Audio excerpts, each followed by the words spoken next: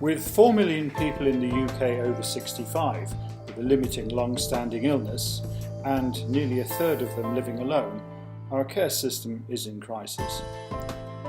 When family, friends and neighbours cannot help, it is the care workers who deliver this personal care. We are reporting on the pressures which are being put on the care workers on a daily basis and the impact this is having on the service. Today we are interviewing a care worker who wishes to remain anonymous for fear of losing her job. So what problems do you encounter during your working day? Well, it's just terrible. I mean, we're actually stressed. We've hardly any time with each customer. It's not enough time to really give them the care that they deserve. How long would you spend with your patients?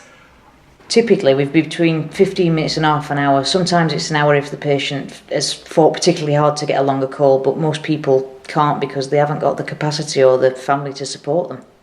You're expected to do quite a lot in that time, from personal care like giving them a wash to medication, which is one of the biggest responsibilities we've got. Often you can be with a patient and at the last minute they can soil themselves. We can't leave them. We have to clean it up, which makes us delayed for the next patient. This has got a knock-on effect for the next patient. It will be stressed and panicking and wondering where the carer is. And in extreme situations, they're not having the medication on time. How many patients would you see in a day?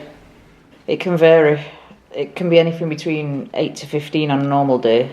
Often you're asked to do overtime, so that can go up to 20. So how long would it take you then to travel between patients during the day?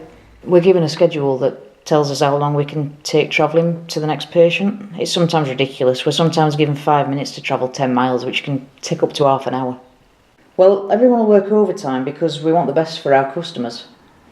We feel very sorry for the ones that haven't got any family. We work hundreds of hours of overtime and we don't get paid a minute over, just what's on the schedule. But we can't just leave them. It's part of being human. And could we confirm that you don't actually get paid for this travel in between? No. That's a real issue and it needs to be addressed. You can be spending more money on your car than you're actually earning in a day, and it's really unfair. 325,000 jobs are zero-hour contracts in the adult social care sector. By law, travelling time, from client to client, constitutes working time. So why are the care workers not being paid for their time spent travelling? ACAS have informed us that even if it is written into their contract, it is unlawful for companies to not pay their workers for travel time between patients. Any care worker who feels that they are not getting paid the minimum wage for working hours should try to speak to their employer, bring a claim to the Employment Tribunal, or contact the HMRC, which can be done anonymously.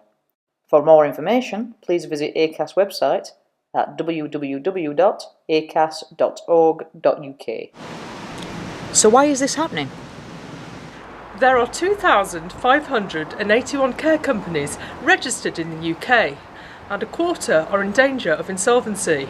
Only 7 companies have assets over £25 million, and one of these is losing £3 million a year, handing unprofitable contracts back to the public sector. Private companies are struggling to recruit, train and retain workers, reporting a 28% annual turnover of staff. Companies are paid £16 per hour per worker, but only half of this pays for the actual care.